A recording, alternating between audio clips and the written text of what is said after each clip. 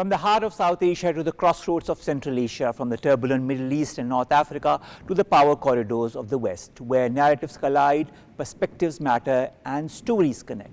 This is Beyond Borders. I am Omar Khalid, and during the course of the show, we'll try to bring you stories and decipher them from different points of view, stories that matter in this changing world. We'll begin with what we call region lines, or otherwise the top stories of the day. We start from Turkey, where the Pakistani delegation has presented its final stance to the Afghan Taliban, emphasizing the need for concrete action against terrorism. Pakistan has made it clear that the ongoing patronage of terrorists by the Afghan Taliban is unacceptable. The delegation urged the Taliban regime to take decisive steps to eliminate cross-border terrorism from and within Afghanistan.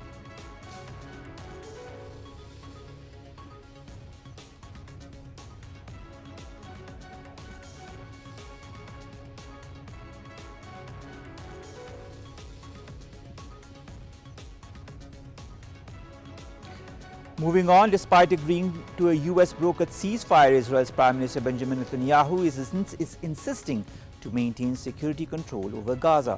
Speaking to his cabinet ministers, Netanyahu said that Israel would decide for itself where and when to strike foes and which countries would be allowed to send troops to police the truce.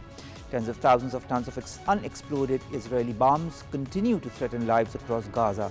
As the United Nations Palestinian Refugee Agency says, Israel is still denying entry to its global staff and aid supplies in defiance of an ICJ ruling.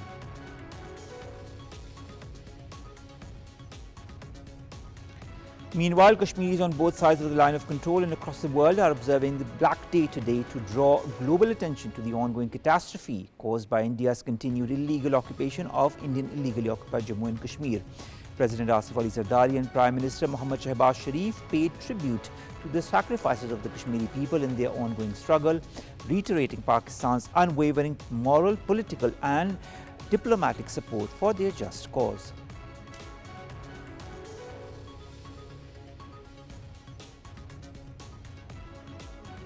And lastly, China and the US have agreed on a framework for a trade agreement with President Donald Trump, expressing confidence that a final deal with Chinese President Xi Jinping will soon be reached.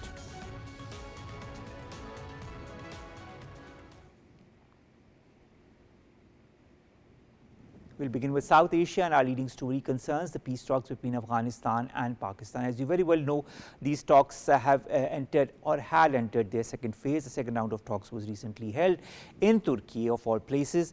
But of course, there are a lot of thorny issues still to be tackled by the Afghan Taliban government, despite Pakistan's strong stance and the putting down of realities on the table as to what exactly is going on from across the Afghan border into Pakistan, which has led to Pakistan encountering and of course witnessing so many different terrorist incidents since the last few months. What needs to be done, how it needs to be done, is something that that has been hammered time and again to the Afghan Taliban government, but unfortunately they haven't maybe understood what they really want to do, or maybe they don't want to move along in the right direction when it comes to the whole situation. Or maybe it's deliberate, maybe it's the patronage of the Fitna al-Kharij, that they continue to move on or continue to do despite the opposition that is coming from different parts of the world. We have been joined in the studio by Dr. Aqab Malik. He's a geostrategic expert and joins us after quite a long hiatus. Dr. Aqab, thank you very much to have joined us. Dr. Aqab, I'd like to understand, we've had two rounds of talks. The second round of talks was held in Istanbul over the weekend. Why is there a lack of willingness, should I say, to take verifiable action against TTP or the Fitna al-Kharij and other terror groups operating from the Afghan soil, in your point of view, from the Afghan Taliban side? I think when you look at the Afghan Taliban, you can't see them as you do with an established nation state. You can't see it as an establishment, for example, in comparison to Pakistan. We have a dignified establishment that's been here since inception.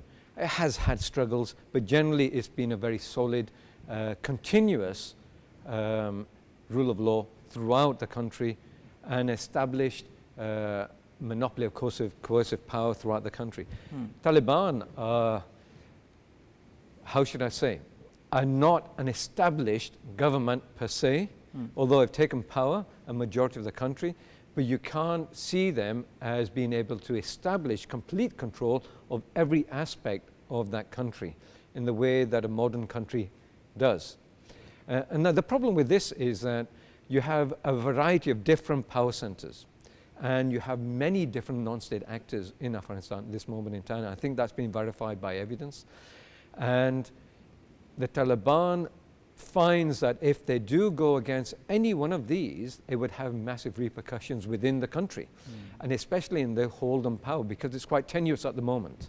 They have Khorasan, ISIS, for example, the branch, who is actively fighting against Taliban there, and that hold is quite strong that they have. You have TTP, by the way, the Tariq-e-Taliban Pakistan, which is one of the issues that we have with them, one of the main issues that we have with them, that have established all along the front, all along the border. Now, Taliban or the government of Afghanistan at this moment in time would not admit to that, primarily because of how they are interlinked throughout the Taliban establishment and the regime. They have very good established relations throughout the whole of Taliban in many ways. So if you, in essence, cut them out, if the Taliban went to cut them out overtly and agree that they would establish some form of law and order in this respect, and there would be reciprocity, meaning reciprocal relations as far as Pakistan is concerned, then what would happen is that they will face a massive backlash. I think we need to recognize that also. So this is not going to happen overnight. This is going to be pressure building up over time. But Dr. Aqab, is that I understand that this is something that cannot happen overnight, but the attacks by the Fitna al-Khawarij or the TTP have been happening since the last more than a year, So it is not something that they have just realized within the last few weeks or the last few months. It's something that they know since 2021 of the negative repercussions of aligning themselves with the Fitna al-Khawarij or the TTP is concerned. We've also been joined by Zahir Sherazi, who's an Afghan affairs expert. Zahir, thank you very much to have joined us. Zahir, I'd like to understand one thing. In the beginning, there was we heard of a lot of discussions going on during the second round of talks, and Pakistan presented clear and tangible evidence of the involvement of militants crossing from the Afghan border into Pakistan. Why is there a lack of realization of this truth from the Afghan Taliban side? Thank you very much, Omar. As far as I could understand your question, perhaps the realization is not there even. Even in Doha talks, I think Taliban were reluctant to accept even that perhaps TTP, BLA or other militant groups are using its soil against Pakistan. So this was the main reason. Now, earlier they had been a bit pessimistic and, making excuses. But now they had openly come up with a support to the TTP as well as other terrorist groups, and even they are not describing them. We just have a statement from Ahmad Shah Massoud, who is the son of former jihadi commander Ahmad Shah Massoud, and he had openly justified and endorsed Pakistan's stance that Pakistan had repeatedly handed them over the evidence. Even the Tajik government has handed them over the evidence that TTP is colluding with almost all the terrorist groups, including TTP, including ETIM, IMU, even the TIP. So these are the groups which the Taliban use as a kind of a bargaining chip, as a pressure tactics on almost all the regional countries. So this is a open admission now by the own Afghan commanders that the Afghan Taliban wanted to export this ideology of terrorism across all the regional countries, including Pakistan, China, as well as Tajikistan, Uzbekistan. What is important now? I think admission or denial, perhaps at this moment, the Afghan Taliban are also not controlling the overall game. The actual problem is that if we can get rid of a couple of these TTP and BLA militant groups, there are more than 20 others who are constantly being financed, who are constantly being supported. And the lone supporter at this moment on the western border of Pakistan is apparently Indian and Indian intelligence agencies. So now the question is, Pakistan is in a very good position at this moment, as far as after this May 9 incident is concerned. Pakistan is diplomatically strong, it's militarily very strong, and it can utilize this influence as well as to pressure the Taliban. Even the Islamic countries like Qatar, UAE, as well as Saudi Arabia, they can be used to pressurize the Afghan government to get rid of the TTP, PLA, and other terrorist groups. But I think this is very important that Pakistan should take up now the issue of financing by the Indian and other intelligence agencies are the hostile agencies who are promoting terrorism as well as using this western border as a proxy battle zone against Pakistan. So this is very important. Now we can even approach the FATF and other such forums, because FATF had been very hard on Pakistan when it came to cutting down the finances of the militant organizations. But at this moment, Indians are openly doing it. So Pakistan should take this issue on the international forum, that funding and support to these terrorist groups, which are declared terrorist by even the United Nations Security Council, United Nations, and the US. So this is the right time. Apart from negotiation, I don't think so that TTP or the TTA is likely to be going for some diplomatic settlement of this issue. They are intentionally trying to export this ideology and pressurize the international community to come to them, talk to them, and even they would be again seeking a leverage from Pakistan as well as other international players to fund them, to support them, either in terms of development, in terms of money, because Afghanistan at this moment is mostly relying on the drug money as well as the funding which is coming from these hostile agencies which are operating against Pakistan and other regional players like China, even Iran.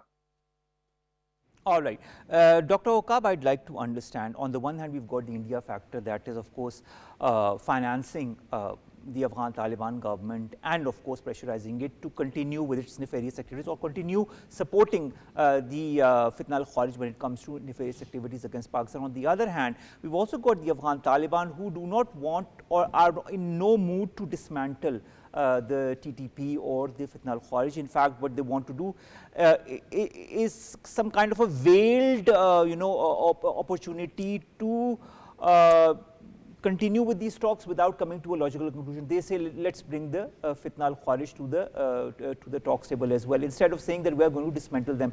Why is there this reluctance? I mean, I feel the word reluctance is key to me here. Why is there this reluctance? Is it just the India factor, or is there more to it? I partly agree with the last speaker. This is about legitimizing these groups, providing a legal framework for them to exist. The fact of the matter is that, for example, TTP thinks our constitution and our way of life here in Pakistan is an anathema, absolutely against their beliefs. They absolutely disagree with the way we support ourselves and we govern ourselves. So that what they would want is to completely abolish our system. We can't compromise on that. There's just absolutely no compromise on that. Providing them a space on the table means we're willing to talk to them, and that means negotiations, which means leeway and compromising our system. There is a no-brainer here, meaning we cannot do that. We cannot provide them legitimacy. They are a group of terrorists that are here to dismantle this country, not to support it or not to compromise. Allowing them to come in to Pakistan and settle here is something that would be seen in the future, I can guarantee, as one of the biggest mistakes that we can ever make. But unfortunately, this is something that happened with the previous government, and look at what the results were. Absolutely. The fact is that we need to be extremely careful when it comes to the Fitna al-Kharij, and we need to dismantle them in all ways possible, and we need to make the Afghan Taliban government also realize the importance of dismantling them and not just, patting them on the back and saying, oh, we can relocate you at another place in Afghanistan, or per se. The fact is that we need to get rid of such elements once and for all, so that Pakistan starts to prosper as it has been wanting to. Because of these elements, we are at a standstill. Because of these elements, we are encountering, Khyber Pakhtunkhwa and Balochistan are, witness to such incidents on a very regular level. So we're not allowed to develop ourselves in the way we should do. We have a constant source of irritation and destructive irritation from the border. The problem here is, how do we apply pressure on Afghanistan? Now, when you go into the wilderness, there's not much there. Taliban are in that particular wilderness. And they feel that after 20 years of fighting against the Americans, they haven't really built that much up, that they could be supported by certain elements like India. India sees it from a different lens, obviously in opposition to Pakistan. So we've got to try to confront this and negate this and actually publicize as much as we can and highlight it to the world that this is actually happening. That's one of the things that we can provide in the international forum, to make them understand that what they are doing is destabilizing a neighbor country. Yeah? But that won't really get rid of the problem. The problem here is ideological as well. 20 years the Taliban have been fighting the Americans. And if you imagine maintaining that discipline against the Americans, as well as 47 other countries, strong countries. Why can't they maintain that discipline against for their own people, for the benefit of their own people, against elements such as the Fitna al-Khawarij, all the other terrorist elements that are present within? But this is the way wars work. When you work towards something like this for 20 years, your mindset, your way your brain is working, the way they think is completely set in stone. They will not compromise on what they think. After not compromising with the rest of the world, do you think they'll compromise with us? So it's a matter of pressuring them in many different ways. Yeah. We have many elements and many tools that we can use and instruments that we can use to pressure them.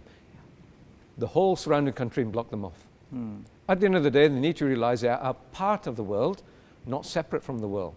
And we get the world on our side. It seems as if they feel that they are separate from the world and they are an entity of their own that can survive without the help or the assistance of any other country across the world, whether they be their neighbors or others. And this is something this is what I understand from whatever they have been saying since the last 2 years. Last question, Zahir Sherazi, concerning this very important segment. The Afghan Taliban say they are seeking peace, they are seeking regional peace. I revert to what Amir Muttaqi said when their interim government had taken power, that their land will not be used against any neighborhood country, and look where we are in 2025. Why are the arguments of the Afghan Taliban so detached, in your point of view, from the ground realities and the international security obligations? Well, I think, Umar, perhaps the way the Afghan Taliban are behaving, perhaps they are using all these tactics and as bargaining chips and pressure tactics on Pakistan, coming closer to Indians and playing up with them, even not in the form of promoting and exporting terrorism, because it's a kind of a state terrorism which is indirectly supported by the Indians. So this is one factor why Pakistan is worried. The second thing, as we were earlier in a discussion I was hearing, that how the Taliban claim to be a powerful entity to counter the conventional armed forces of Pakistan. This is a very difficult prospect, I think. For the last 20 years, they had been fighting. They had been fighting a guerrilla warfare, operating in a group of 10 or 15 and 20 and do, spotty type of suicide bombings, maybe ID blasts. That was something else. But now they are claiming to be the rulers of a country, and they have to defend their country in the face of different odds. If Pakistan is likely to go full-fledged against them, it will be very difficult for them. But I think Pakistan has a golden chance because of the foolish decision of Afghan interim government, and that is they have gone into a direct conflict with Pakistan, and Pakistan has a golden chance to get rid of them. All those elements who are threatening not only its border, but it is literally threatening within side. Yes, they have sympathizers here. The argument which the Afghan Taliban are making, that perhaps TTP is Pakistan's internal issue, BLA is Pakistan's internal issue, but rather they are not even supporting them. They are even endorsing their stance, even not declaring them as terrorist organization. This is a very serious issue, and I think it's time that a country which is not accepting the terrorist groups as terrorist groups, I think there should be a unified international pressure on Afghanistan, maybe the UN Security Council, maybe as President Trump was saying that he is good at resolving all these issues and he would be able to, end this conflict too. This is not a conflict. This is the war of survival for Pakistan. What we are looking at, if we really wanted to have direct foreign investment, it is not coming until and unless this region is, restored to peace. And three very different prospects, whether why the Afghan Taliban don't want to take action, why they wanted to have this region volatile, are they so, powerful enough to shelter TTP, BLA at the cost of a full-fledged war against Pakistan? It's not possible. But yes, there are factors which are directly or indirectly, forcing the Afghan Taliban to go for it. Otherwise, I don't think so. They are capable of enough to fight the conventional war. They are capable enough to, onslaught of the Pakistani Air Force. It will be very difficult. But again, I think Pakistan has a very, kind of a rare chance, first time in history. It's diplomatically so powerful. It is militarily, powerful at this moment after defeating India. And then within 20 hours of war against Afghanistan, they have come to the knees. So I think this is the time Pakistan is dictating very rightly, as we have very simple demands that take action against the TTP, the BLA, or if they are not willing to take action, Pakistan is likely to take it. So I think the regional countries, as we earlier also discussed, that Moscow format was very much supportive of Pakistan's stance. Yes, And now and in this has Turkey been the and narrative that happened Oman, despite the they are Moscow also format, supporting. despite the meetings at the Moscow format, and despite all the different get-togethers that different countries have had regarding Afghanistan. The fact remains that the Afghan Taliban government refuses to understand the reality, or don't want to understand what are they living there in their own very strange kind of a bubble in which they can survive despite whatever eventuality comes their way. But that, of course, is unfortunately not the reality, and they have to understand this reality before it's way too late. Thank you very much, Zahir Sherazi, to have joined us on this very important segment on Pakistan-Afghanistan relations and the talks between Pakistan and Afghanistan, to make them understand the reality of what they need to do and stop harboring the terrorist elements that are destabilizing Pakistan. Let's now take you to Middle East and North Africa.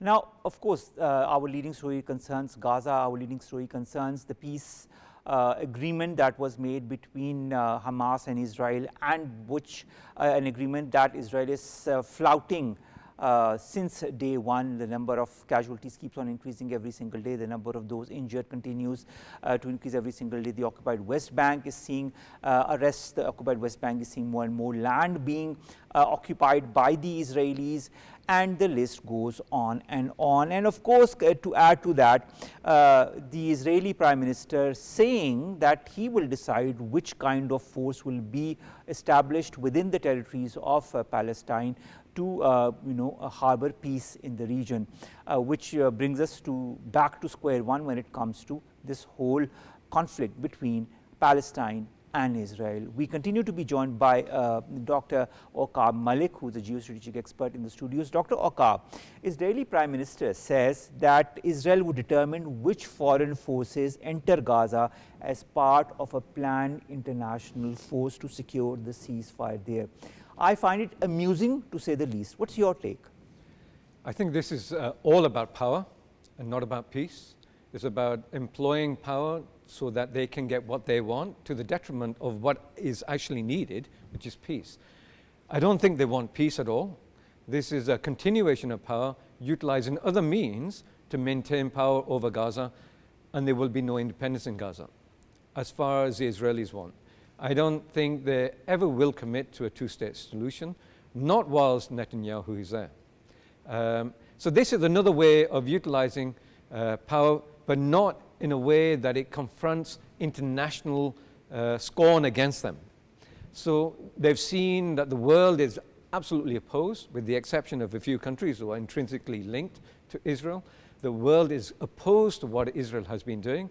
There's been enough fervor in this to produce this form of pressure, but the Israelis are being clever enough in a sense to take advantage of the weakness of the Palestinians, unfortunately, and this unity amongst the Muslim world to be able to impose what they want in the conditions. Having a peacekeeping force requires a neutral party to come in and separate the two entities that are fighting against each other. Having a party that's acceptable for both sides is going to be very difficult. For example, Turkey, which is very capable in that respect, the Israelis will not want them. Will they want Pakistan? It's unlikely because of our opposition to Israel throughout that process, and many other Muslim countries. So which countries would be acceptable? Maybe to the Israelis would be the European countries, though not sufficiently trained in peacekeeping operations as many other countries are. So this is going to be a conundrum that we're going to see, and maybe not even come to pass when there's certain countries are willing to partake in this that are acceptable on all sides. I think, unfortunately, maybe the Palestinians may relent to compromise on something that may go against their interests in the long term. But again, when we come down to this, it is Israeli power to maintain security and maintain dominance in Gaza and the West Bank, by the way, okay, and their continued operations in West Bank, so that they don't relent and they're carrying on with what they want, and give the picture to the wider public in the world that they're actually doing something and they have compromised, but they actually are not. In fact, they're just turning a new chapter of this whole conflict so as to usurp as much of Palestine as possible to their own benefit, to their own detriment. But you know, on the one hand, they say they've agreed to this US brokered ceasefire agreement. Then they continue their military incursions within Gaza. The number of casualties keeps on increasing with every passing day, and the number of injured as well. And then to add to that, the military control over Gaza, the semblance of the future of military control over Gaza, and who will control and who will not control, remains in the hands of Israel. Then what's the need of even moving forward with any kind of a peace deal if this is what we are going to have as eventuality? I think what we've got to recognize also, though, is the amount of devastation that has taken place, and the acceptability of that devastation by Western nations. As if it's a new norm, you know, as if it's completely out, not out of the ordinary, but you know, something that happens. Tens of thousands of people killed and hundreds of thousands injured. Absolutely. So now you can see the larger geostrategic picture.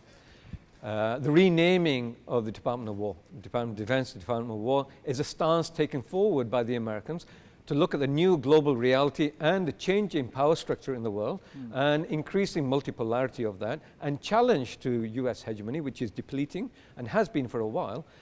Making this a normalization allows them to do what they want. For example, what's happening in the Caribbean. Killing people without evidence, and making that a normalization and putting other countries under threat. And this can happen anywhere, and other countries as well. So I think it's been happening for the last 20 years or so anyway, more than that, 25 But it's been made years. more and more apparent with every passing, especially since 2023. We are seeing an open chapter of this whole conflict that had been going behind the lines or under closed doors is now in front of everybody to see, and in real time. We are witnessing the carnage that is happening in real time. You know, but what it really comes down to is who pays the money for all this? Who keeps in control of this? I think it's widely known and accepted that, that Israel was created as a way to disunite the countries surrounding that area, to maintain opposition within each other, as opposed to having a united front against any future hegemony, which is also done in subcontinent and East Asia and Africa, around the world during the decolonization period. But this was well thought of ahead. They put a lot of money into this entity called Israel, and justification philosophically in many other ways to justify its continuous existence. The problem is, does the world really accept it anymore after witnessing exactly what's been going on? And that is the point that, you know, I would really like to see in the coming weeks and months, Dr. Aqab, how the world is going to, what will be the tipping point?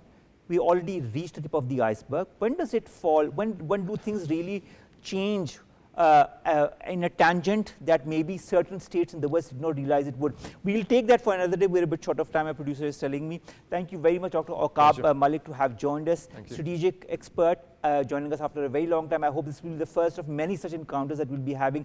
Lots of things to discuss, lots of changes that are happening around the world that we need to highlight to our public in Pakistan and across the world. Thank you very much again, Dr. Thank you very much. We'll now move back to South Asia.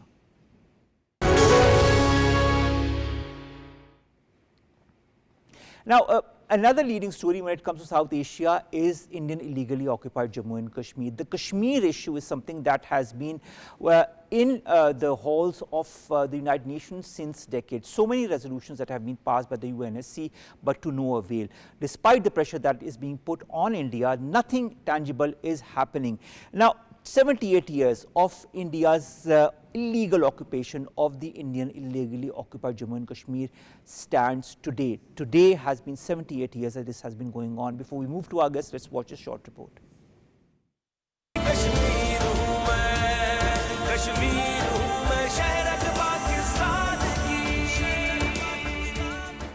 Pakistan and the people of Azad Jammu and Kashmir observe Kashmir Black Day to express unwavering solidarity with the oppressed people of Indian illegally occupied Jammu and Kashmir. The day marked the tragic events of October 27, 1947, when Indian forces illegally entered Srinagar, beginning decades of occupation, repression, and denial of fundamental human rights. President Asif Ali Zardari, in his message, urged the United Nations, global human rights bodies, and the international community to hold India accountable for its grave violations in Indian illegally occupied Jammu and Kashmir. He emphasized that lasting peace and stability in South Asia depend on a fair and durable resolution of the Kashmir dispute. On the direction of Prime Minister Mohammad Shahbaz Sharif, a minute of silence was observed across the country as a symbol of national unity and protest against India's illegal occupation. Rallies, seminars, and exhibitions were organized nationwide and in Azad Jammu and Kashmir to highlight the Kashmiris' resilience and to condemn ongoing human rights violations, including curfews, arbitrary detentions, and communication blackouts. Leaders of the All-Parties Hurriyat Conference declared that India's 1947 invasion had no moral or legal justification and denounced the revocation of Article 370 by the Modi government as a failed attempt to change the region's disputed status. Pakistan reaffirmed its unwavering moral, diplomatic, and political support for the Kashmiri people in their just struggle for self-determination and freedom.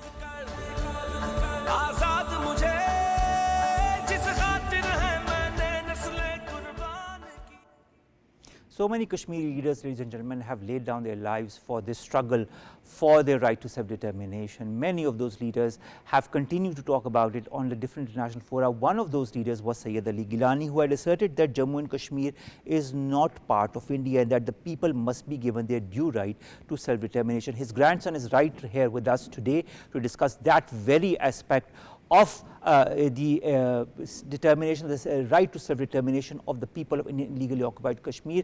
He is none other than Dr. Mujahid Gillani, and of course he himself is a Kashmiri leader as well. Thank you very much, Dr. Mujahid Gillani, to have joined us. I was just eulogizing your grandfather because his sacrifices and his work for the people of Indian illegally occupied Jammu and Kashmir is something that needs to be highlighted time and again. And he is one of those people, I hope his soul rests in eternal peace, that whose voice will continue to echo as it continues to echo today in our show as well. Before we begin our conversation, we, ladies and gentlemen, have also been joined by Mukhtar Baba, who is a journalist joining us from the Indian illegally occupied Jammu and Kashmir region. Thank you very much, Mukhtar Baba, to have joined us as well. We'll begin with you, Gillani Saab. 78 years of occupation, 5 unimplemented United Nations resolutions. How can India claim that Indian illegally occupied Jammu and Kashmir is India's internal matter? Bismillahir Rahmanir Rahim. Rightly said, Omar, rightly said. And we must acknowledge one of the most important facts that this Indian tyranny, this Indian illegal occupation is not something that has been claimed by Kashmiris or Pakistan. In fact, the whole world not only recognizes that India's presence inside the Indian illegally occupied Jammu and Kashmir has no valid grounds at all. In fact, the so-called instrument of accession that India bases itself upon was already surrendered by Prime Minister Jawaharlal Nehru back in 1948 in the United Nations. And let's keep it like this, let's keep a practical answer. If for once, till the 1970s, India accepted that the status of Indian illegally occupied Jammu and Kashmir is multi-partied status. And in 1970s, that is the early 1970s, when India entered into the similar agreement, Even then, the question of Indian illegally occupied Jammu and Kashmir was not an internal matter. It was at least in between the two parties governed by the United Nations resolutions. So today, when we talk about Indian illegally occupied Jammu and Kashmir, or per se the whole state of Jammu and Kashmir, not only the whole world, Pakistan, Kashmiris themselves recognize that the Indian illegally occupied Jammu and Kashmir is a disputed territory, and the people over there, the humans over there, still await their birthright of the right of self-determination. That is so true. This is a birthright that has been denied to them since decades, and it's high time that this be given to them by the authorities that be. Mukhtar Baba, thank you very much to have joined us as well. Mukhtar Baba, why is the world silent despite the demographic changes, abrogation of Article 370, 35A, the brutalities that have been going on, the rapes, the incarceration of all those who stand up for their rights? Why is the world silent? Thank you very much for having me here. To me personally, I believe that there is too little we have done to raise the voices of the voiceless people of Jammu and Kashmir. So basically, you may find that the archives from the government of India has vanished the archives from the newspapers. They are banning the books. Everybody whosoever, even for a Facebook post, you have been put behind the bars, and that is the belief because they believe that it is the largest democracy. And but to be very honest, for the 70 million people of the Kashmir, we don't have we cannot post a Facebook post or a Twitter tweet on the Twitter to highlight the atrocities. That is the unfortunate for the people of Kashmir. And to be very honest, that the things in the world, on the global stage, on the geopolitics, you will find whenever there is anything, for example, it is 2019, you will see then Gaza erupted, and we went to the big back burner again, the Kashmir. So, but honestly, that India is portraying that we are the democratic, the largest democracy on this planet. But we, the people of Kashmir, with the journalists, with the academicians, with the social activists, we are totally banned in Jammu and Kashmir from last 44 decades, and especially from 5th August 2019. Even you cannot, the very important thing, the journalists, the freelance journalists, that this is the only part in the world where the freelance journalists have been vanished in last 6 years. Nobody writes for the international what you call organizations. So that is very important that we should highlight, and we should do this. But we have been put, for example, there was one who was working, one journalist, a very famous and a very renowned journalist, Hilal Mir, who had been put behind the bars for just one tweet, and he had been barred, and the passports of the different journalists have been they have been put on the ECLs. So that is the reality, that we are not able, as you can compare the Palestine, and because the voices all around the globe, you can find everywhere the voices of the Palestinians. But unfortunately, we have been choked. Our voices have been choked by the brutal occupation, military occupation of India, and that is the reason we are not able to highlight Kashmir issue as it would have been at this stage, and that too particularly after 5th August 2019. And that is, I believe, the reason that the world is not giving attention, despite the more than 500,000 people have been killed by the military occupation of India from last 78 years, and especially from last 4 decades. You will find that they almost that number goes beyond, not there's not only the killings, they disappeared, forced disappeared people, mass graveyards, half widows, everywhere, and every nook and corner of the Kashmir is they have the blood on the every nook of the Kashmir. So but we are not able to make these things to put into the world domain. That is the reason I believe that world is not giving the attention which Palestine is getting attention on the atrocities in Kashmir. All right, Mukhtar Baba, thank you very much to have joined us and to have given us your really ample perspective as to these atrocities that have been going on since the last 78 years, the basic one being the denial of the right to self-determination. Dr. Gillani, how long will the government in India, whether it's one government or the other, but this time, of course, since the last 10 years, the BJP government that has continued to increase the amp when it comes to the atrocities on the people of illegally occupied Jammu and Kashmir. Many international organizations say that genocide is going on in the Indian Hill Valley as we speak, and there is a complete denial by the countries that matter. How until when can this ethnic cleansing continue? Well, see, Umar, this program, this genocide being committed by the Indian authorities, the actual goons within the government is conspicuous and has been documented by the international writers, international authors and the international newspapers as well. The think tanks talk about it, the research authorities talk about it, but the problem that lies, unfortunately, is the punishment for it. Unfortunately, India has been taking the small galley, I believe, and escaping the impunity that could have been inflicted upon it by the international community. Once again, I will say and reiterate that the BST, that is the boycott, divestment and sanctions upon India, has never been carried out. The world has never actually taken India to task for the human lives that India has been taking in the Indian illegally occupied Jammu and Kashmir. And everybody knows ever since 1947 till 2025, it has been more than 600,000 Kashmiris who have been martyred. And I won't go into the numbers are huge. In fact, the numbers are paralyzing for anyone who has a beating heart. For a Kashmiri on the ground, I will be very honest about it. For us, the destination is what matters. For us, Azadi from India is what matters. We do not wish to live under the Indian constitution, no matter how high is the price.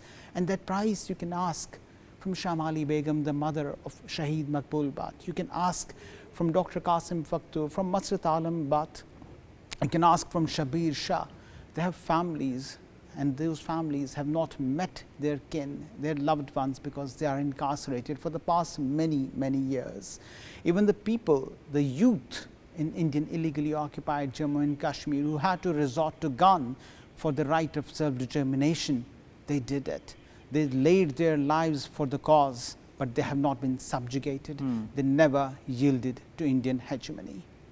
But you know, this systematic campaign to destroy, to erase Kashmiri identity and autonomy has been going on since decades. It's high time, you know, that some kind of measure be taken, whether it be by the United Nations Security Council or whether it be important countries in the West like the United States, to do the needful, to give the people of the Indian illegally occupied Jammu and Kashmir their due right to self-determination. That is all that they have been asking since decades. Absolutely. And since 78 years is all that they have been denied as well, to add to the misery through the different kinds of atrocities that they are being subjugated to time in, time out, day in, day out. Thank you very much, Dr. Gillani. Kindly stay with us for 2 more minutes while I end my show. Let's end and take you now to the West.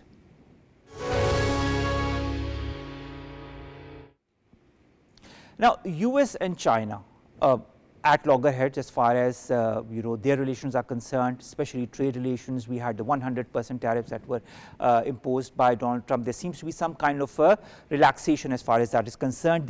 Both the countries have had talks in Malaysia, and the results of those talks have been praised by both the countries, which signals major progress towards a de-escalation deal that could be finalized during the upcoming Trump-Xi Jinping summit on the sidelines of the APEC meeting in Gyeongju in South Korea, their first meeting in person since 2019. US Treasury Secretary said both sides have agreed on a framework to guide discussions, expressing optimism that the deal would avert a 100% US tariff on Chinese goods and delay China's planned export controls on rare earth minerals. And he has also confirmed that Beijing is going to make significant purchases of US agricultural products, providing relief to the American farmers. So some kind of a good news at the end of this day, as far as China-US relations are concerned, both the countries are working towards a reconciliation, and that is what the world needs. The world needs reconciliation, whether it be in tense relations, whether it be in wars, or whether it be in conflicts, or whether it be in the right to self-determination that needs to be given to the people in different areas, including IIOJK. The fact is that this is what the world needs. The people of the world needs a place that is safe, a place where their children can prosper and grow in an environment they can call their own, a land that they can call their own, irrespective of the country that they live in, a country where peace, a world where peace prevails. Allah Hafiz.